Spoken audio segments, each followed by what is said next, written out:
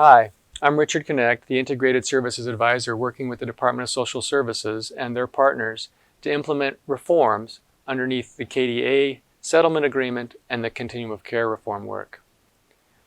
We're here to talk today about the Integrated Core Practice Model, which was released on May 18th of this year and provides guidance in key areas of effective practice. Today's primer is about engagement.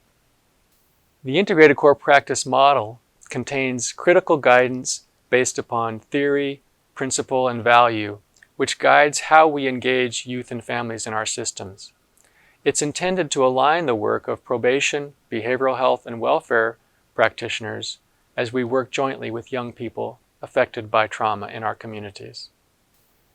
Engagement is the subject of today's primer and, of course, is followed by other key domains within the practice model, including assessment, service planning and delivery, monitoring and adapting, and transitioning.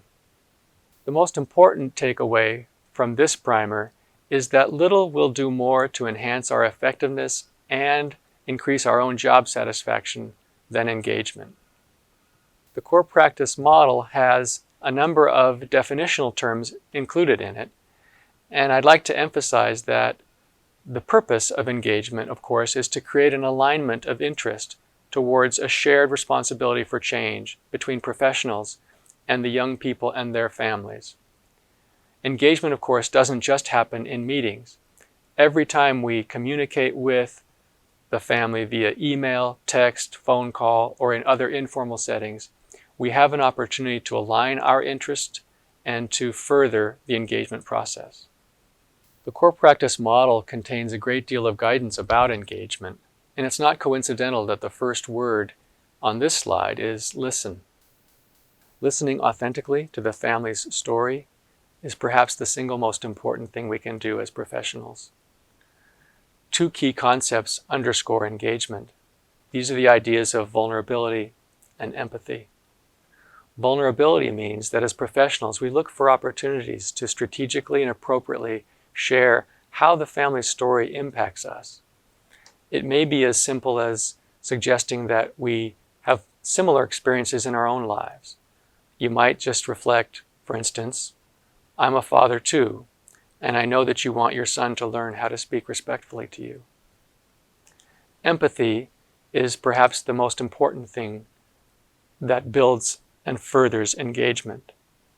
Empathy involves expressions of authentic caring, letting the family know that their experiences are not unique to them and that others in and around them understand them genuinely.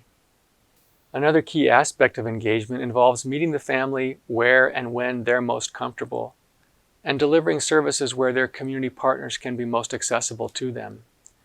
This can be a challenge for public systems, but it invites us to adapt the way we work, looking for ways to engage families when and where they're most accessible. This might mean being available on weekends or after hours, or being in service environments that might not be optimal for us. Meaningful engagement is not necessarily about me persuading the family or the youth to see their challenges as I see them. Rather, it's an opportunity for us to authentically accept and understand the family's perspective about their own issues. Remember that resistance is almost always the sign that we have not yet met the family's needs fully. Remember that most of us have experienced trauma at some point in our lives, and this is true, of course, for our young people and their families. It can be helpful to, instead of think about what's wrong with them, to imagine what happened to this person. Remember that when you're stressed in an engagement process, that invites us to ponder on how we can helpfully mitigate that. It can be important to pause and reflect with peers or to take time to breathe deeply. When working with families that are challenged by difficult circumstances or issues, it can be important to remember that a parent's anger or fear or avoidance is really the sign that they too have likely been traumatized. It's not a personal attack. Remember that we can build on common ground, looking for a parent's desire to be effective in the lives of their young people. Most importantly, remember to be patient with yourself and the other professionals with whom you're working. Here are some other ideas to think about when pondering on the ideas of engagement and vulnerability. Remember that asking questions from an appreciation-based standpoint can do much to foster an alignment of interests and to break down challenging circumstances. Look for the intent in the expressions of others rather than simply the words that they're saying. Remember that authenticity is keeping it real. And the more we can behave in an authentic and genuine way when engaging with kids and families, the more success we're likely to engender. In order to be consistent in our engagement processes, we need to understand the relationship between successful engagement and an awareness of trauma. It's imperative that helpers invest in their teammates and in themselves in mitigating the effects of trauma. This involves inviting a conversation around how our own experiences play themselves out in the workplace. One of the most effective and simplest things we can do is to start off our supervisory sessions with the simple question, "How are you?" instead of focusing on the business processes like, "Did you get that needs and services plan done?" or "Is your court report been filed yet?"